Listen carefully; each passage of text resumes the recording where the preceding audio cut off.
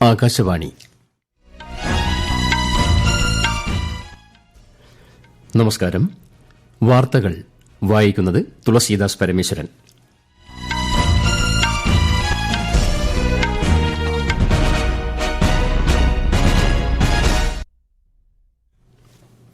പ്രധാന വാർത്തകൾ. രാജ്യത്തെ അതിർത്തി മേഖലയിൽ കനത്ത ജാഗ്രത. നിയന്ത്രണ രേഖയ്ക്ക് സമീപം 26 ഡ്രോണുകൾ ദൃശ്യമായി. പാക് പ്രകോപനത്തിന് ശക്തമായ തിരിച്ചടി നൽകി ഇന്ത്യ. അതിർത്തി മേഖലയിൽ സംഘർഷം തുടരുന്ന പശ്ചാത്തലത്തിൽ രാജ്യത്തുടനീളമുള്ള 32 വിമാനത്താവളങ്ങൾ ഈ മാസം 15 വരെ താൽക്കാലികമായി അടച്ചിടുമെന്ന് എയർപോർട്ട് അതോറിറ്റി ഓഫ് ഇന്ത്യ. ദേശീയ സുരക്ഷ മുൻനിർത്തി വാർത്തകളുടെ വസ്തുത പരിശോധിക്കുന്നതിന് മുൻഗണന നൽകാൻ മാധ്യമങ്ങളോട് കേന്ദ്ര സർക്കാർ. അടിയന്തര സാഹചര്യങ്ങളിൽ സ്വീകരിക്കേണ്ട സിവിൽ ഡിഫൻസ് തയ്യാറെടുപ്പുകൾ സംബന്ധിച്ച് സംസ്ഥാനങ്ങൾക്ക് കേന്ദ്രം നിർദ്ദേശം നൽകി. രാജ്യം വെല്ലുവിളി നേരിടുന്ന സാഹചര്യത്തിൽ ഏത് പ്രതിസന്ധിയെയും നേരിടാൻ പൂർണ്ണ സജ്ജരായിരിക്കണമെന്ന് ബാങ്കുകളോട് നിർദ്ദേശിച്ച് കേന്ദ്ര ധനമന്ത്രി നിർമ്മലാ സീതാരാമൻ. കേന്ദ്ര ഗ്രാമവികസന സഹമന്ത്രി ചന്ദ്രശേഖർ പെമ്മസാനി ഇന്ന് കേരളത്തിൽ. തിരുവനന്തപുരത്ത് വിവിധ പരിപാടികളിൽ അദ്ദേഹം പങ്കെടുക്കും. വാർത്തകൾ വിശദമായി. രാജ്യത്തെ അതിർത്തി മേഖലയിൽ പാക് പ്രകോപനം തുടരുന്ന സാഹചര്യത്തിൽ പ്രദേശങ്ങളിൽ ശക്തമായ ജാഗ്രത. ഡ്രോണുകൾ ഉൾപ്പെടെയുള്ളവയെ പ്രതിരോധിക്കുന്നതിന് ഇന്ത്യൻ സായുധസേന കനത്ത ജാഗ്രത പുലർത്തുന്നുണ്ട്. ജമ്മു കശ്മീരിലെ ബാരാമുള്ള മുതൽ ഗുജറാത്തിലെ ഭുജ് വരെയുള്ള പ്രദേശങ്ങൾക്കിടയിൽ ഇന്നലെ 26 നിയന്ത്രണ രേഖയ്ക്ക് സമീപം ഡ്രോണുകൾ ദൃശ്യമായി. സൈനിക താവളങ്ങളെയും സാധാരണ ജനങ്ങളെയും ലക്ഷ്യം വെച്ചുള്ള ഡ്രോണുകളായിരുന്നു ഇവയെന്ന് ഔദ്യോഗിക വൃത്തങ്ങൾ അറിയിച്ചു. ഇന്ത്യൻ സൈന്യം ശക്തമായി തിരിച്ചടിക്കുന്നുണ്ട്. ഫിറോസ്പൂരിലെ ജനവാസ മേഖലയിൽ ഉണ്ടായ ഡ്രോൺ ആക്രമണത്തിൽ ഒരു കുടുംബത്തിലെ അംഗങ്ങൾക്ക് സാരമായ പരിക്കേറ്റു. അതിർത്തി മേഖലയിൽ താമസിക്കുന്ന ജനങ്ങൾ സുരക്ഷാ നിർദ്ദേശങ്ങൾ കർശനമായി പാലിക്കണമെന്ന് നിർദ്ദേശമുണ്ട്. അത്യാവശ്യ ഘട്ടങ്ങളിലല്ലാതെ വീടിന് പുറത്ത് ഇറങ്ങരുതെന്ന് മുന്നറിയിപ്പ്. ദേശീയ സുരക്ഷ സംബന്ധിച്ച വാർത്തകൾ നൽകുന്നതുമായി ബന്ധപ്പെട്ട് വാർത്താവിതരണ പ്രക്ഷേപണ മന്ത്രാലയം മാധ്യമ പ്രതിനിധികളുടെ യോഗം ചേർന്നു. ടെലിവിഷൻ, സമൂഹമാധ്യമങ്ങൾ തുടങ്ങിയവയിലൂടെ പ്രചരിക്കുന്ന വാർത്തകളുടെ വസ്തുത പരിശോധിക്കുന്നതിന് മുൻഗണന നൽകാൻ പ്രതിനിധികൾക്ക് നിർദ്ദേശം നൽകി. കൂടാതെ എല്ലാ മാധ്യമങ്ങളും ലേഖകരിൽ നിന്ന് ലഭിക്കുന്ന ആധികാരിക വാർത്തകൾ, ഫോട്ടോഗ്രാഫുകൾ, വീഡിയോകൾ തുടങ്ങിയവ വാർ റൂമിലെ പ്രതിനിധികളുമായി പങ്കിടണമെന്നും നിർദ്ദേശിച്ചിട്ടുണ്ട്. അതിർത്തി മേഖലയിൽ സംഘർഷം തുടരുന്ന പശ്ചാത്തലത്തിൽ രാജ്യത്തുടനീളമുള്ള 32 വിമാനത്താവളങ്ങൾ ഈ മാസം 15 വരെ താൽക്കാലികമായി അടച്ചിടുമെന്ന് എയർപോർട്ട് അതോറിറ്റി ഓഫ് ഇന്ത്യ അറിയിച്ചു. അമൃത്സർ, ചണ്ഡിഗഡ്, ജമ്മു, ശ്രീനഗർ, ഭുജ്, ജാംനഗർ, ജയ്സാൽമീർ, പഠാൻകോട്ട് തുടങ്ങിയ പ്രധാന സ്ഥലങ്ങളിലെ വിമാനത്താവളങ്ങളും ഇതിൽ ഉൾപ്പെടുന്നു. അതേസമയം ഡൽഹി അന്താരാഷ്ട്ര വിമാനത്താവളത്തിന്റെ പ്രവർത്തനം സാധാരണ നിലയിൽ ആയതായി അധികൃതർ അറിയിച്ചു. എന്നാൽ വിമാനങ്ങളുടെ സമയക്രമീകരണത്തിൽ മാറ്റമുണ്ടാകാൻ സാധ്യതയുള്ളതിനാൽ യാത്രക്കാർ അതത് എയർലൈൻസുകളുമായി ബന്ധപ്പെടണമെന്നും വിമാനത്താവളങ്ങളിലെ സുരക്ഷാ നടപടികളുമായി സഹകരിക്കണമെന്നും നിർദ്ദേശമുണ്ട്. ഇന്ത്യൻ നഗരങ്ങളെയും സൈനിക സംവിധാനങ്ങളെയും ജനവാസ കേന്ദ്രങ്ങളെയും ലക്ഷ്യമിട്ടാണ് പാകിസ്ഥാൻ ആക്രമണം നടത്തുന്നതെന്ന് വിദേശകാര്യ സെക്രട്ടറി വിക്രം മിശ്രി. വിദേശകാര്യ മന്ത്രാലയവും സൈനിക വൃത്തങ്ങളും ന്യൂഡൽഹിയിൽ നടത്തിയ സംയുക്ത വാർത്താ സമ്മേളനത്തിൽ സംസാരിക്കുകയായിരുന്നു അദ്ദേഹം.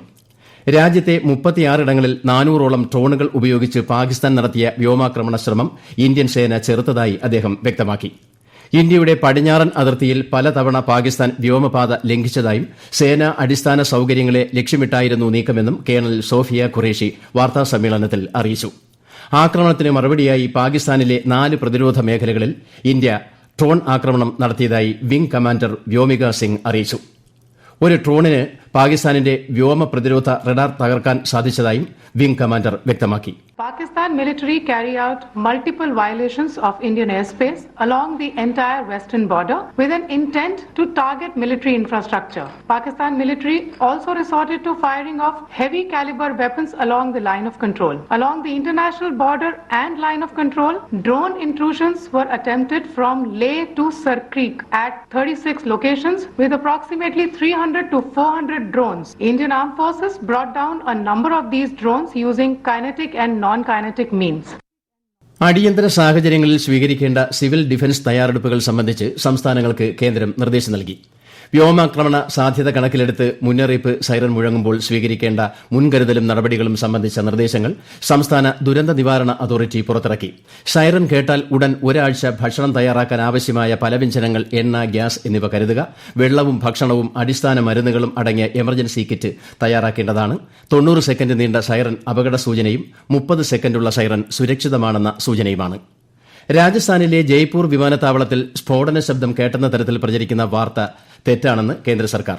ഡൽഹിക്കും മുംബൈക്കും ഇടയിലെ വ്യോമപാത താൽക്കാലികമായി അടച്ചെന്നും വിമാനങ്ങൾ വഴിതിരിച്ച് വിടുന്നെന്ന തരത്തിലുള്ള വാർത്തകളും വ്യാജമാണെന്ന് PIB ഫാക്ട് ചെക്ക് വിഭാഗം അറിയിച്ചു.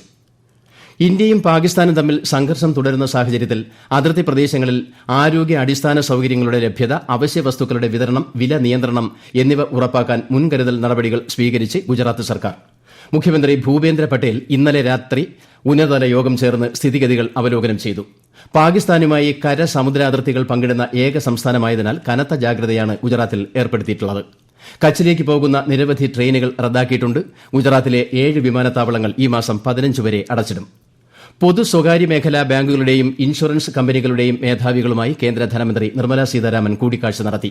രാജ്യം വെല്ലുവിളി നേരിടുന്ന ഈ സാഹചര്യത്തിൽ സാമ്പത്തിക സ്ഥിരത ഉറപ്പാക്കുന്നതിൽ ബാങ്കിംഗ് സാമ്പത്തിക മേഖലയ്ക്ക് നിർണായക പങ്കുണ്ടെന്ന് ധനമന്ത്രി പറഞ്ഞു. ഏത് പ്രതിസന്ധിയെയും നേരിടാൻ പൂർണ്ണ സജ്ജരായിരിക്കാനും ജാഗ്രത പാലിക്കാനും കേന്ദ്രമന്ത്രി എല്ലാ ബാങ്കുകളോടും നിർദ്ദേശിച്ചു.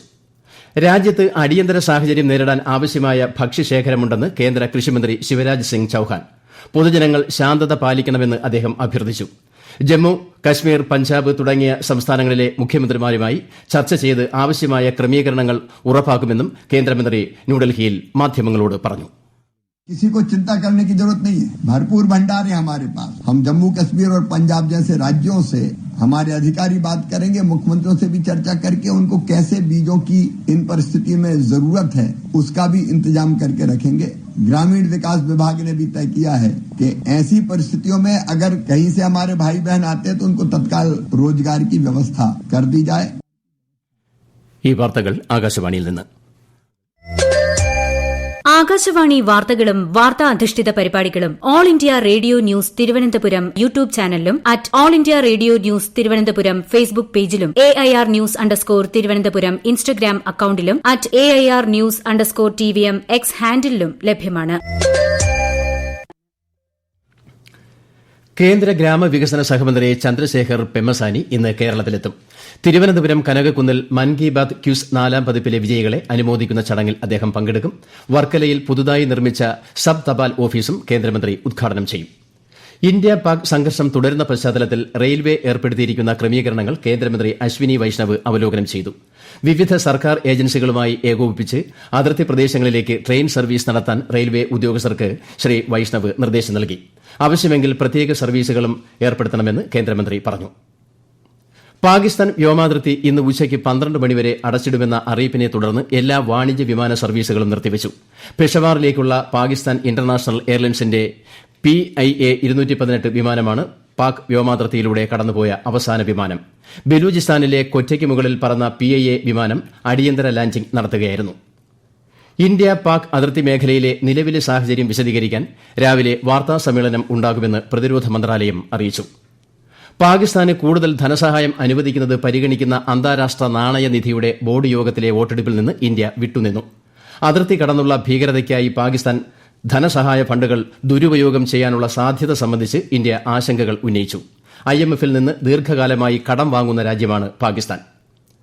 ഓപ്പറേഷൻ സിന്ദൂറിന്റെ പശ്ചാത്തലത്തിൽ കേരള സർക്കാരിന്റെ 4ാം വാർഷികാഘോഷ പരിപാടികളുടെ ഭാഗമായി ഇന്നു മുതൽ നടത്താൻ നിശ്ചയിച്ചിരുന്ന എല്ലാ പരിപാടികളും മറ്റൊരു സമയത്തേക്ക് മാറ്റാൻ ഇന്നലെ ചേർന്ന മന്ത്രിസഭാ യോഗം തീരുമാനിച്ചു. സംസ്ഥാന ജില്ലാ തലങ്ങളിൽ മുഖ്യമന്ത്രി നേരിട്ട് പങ്കെടുക്കുന്ന മുഖാമുഖം പരിപാടികൾ, എന്റെ കേരളം പ്രദർശന വിപണന മേളകൾ, കലാപരിപാടികൾ തുടങ്ങിയവ മാറ്റിവച്ചിട്ടുണ്ട്. പാകിസ്ഥാന്റെ ഭീകരാക്രമണത്തിനെതിരെയും ഇന്ത്യൻ സൈന്യത്തോട് ഐക്യദാർഢ്യം പ്രഖ്യാപിക്കുന്നതിനായും തമിഴ്നാട് മുഖ്യമന്ത്രി MK സ്റ്റാലിന്റെ നേതൃത്വത്തിൽ ഇന്ന് ചെന്നൈയിൽ റാലി നടത്തും. പാകിസ്ഥാന്റെ നിയമലംഘനങ്ങൾക്കും ഭീകര ആക്രമണങ്ങൾക്കും എതിരെ ധീരമായ നടപടികൾ സ്വീകരിക്കുന്ന ഇന്ത്യൻ സൈന്യത്തിന് ഐക്യവും പിന്തുണയും പ്രകടിപ്പിക്കേണ്ട സമയമാണിതെന്ന് ശ്രീ സ്റ്റാലിൻ പ്രസ്താവനയിൽ പറഞ്ഞു. പ്രധാന വാർത്തകൾ വീണ്ടും. രാജ്യത്തെ അതിർത്തി മേഖലയിൽ കനത്ത ജാഗ്രത. നിയന്ത്രണ രേഖയ്ക്ക് സമീപം 26 ഡ്രോണുകൾ ദൃശ്യമായി. പാക് പ്രകോപനത്തിന് ശക്തമായ തിരിച്ചടി നൽകി ഇന്ത്യ. അതിർത്തി മേഖലയിൽ സംഘർഷം തുടരുന്ന പശ്ചാത്തലത്തിൽ രാജ്യത്തുടനീളമുള്ള 32 വിമാനത്താവളങ്ങൾ ഈ മാസം 15 വരെ താൽക്കാലികമായി അടച്ചിടുമെന്ന് എയർപോർട്ട് അതോറിറ്റി ഓഫ് ഇന്ത്യ. ദേശീയ സുരക്ഷ മുൻനിർത്തി വാർത്തകളുടെ വസ്തുത പരിശോധിക്കുന്നതിന് മുൻഗണന നൽകാൻ മാധ്യമങ്ങളോട് കേന്ദ്ര സർക്കാർ. അടിയന്തര സാഹചര്യങ്ങളിൽ സ്വീകരിക്കേണ്ട സിവിൽ ഡിഫൻസ് തയ്യാറെടുപ്പുകൾ സംബന്ധിച്ച് സംസ്ഥാനങ്ങൾക്ക് കേന്ദ്രം നിർദ്ദേശം നൽകി. രാജ്യം വെല്ലുവിളി നേരിടുന്ന സാഹചര്യത്തിൽ ഏത് പ്രതിസന്ധിയെയും നേരിടാൻ പൂർണ്ണ സജ്ജരായിരിക്കണമെന്ന് ബാങ്കുകളോട് നിർദ്ദേശിച്ച് കേന്ദ്ര ധനമന്ത്രി നിർമ്മലാ സീതാരാമൻ. കേന്ദ്ര ഗ്രാമവികസന സഹമന്ത്രി ചന്ദ്രശേഖർ പെമ്മസാനി ഇന്ന് കേരളത്തിൽ. തിരുവനന്തപുരത്ത് വിവിധ പരിപാടികളിൽ അദ്ദേഹം പങ്കെടുക്കും. വാർത്തകൾ കഴിഞ്ഞു. അടുത്ത വാർത്താ പ്രക്ഷേപണം 10:20.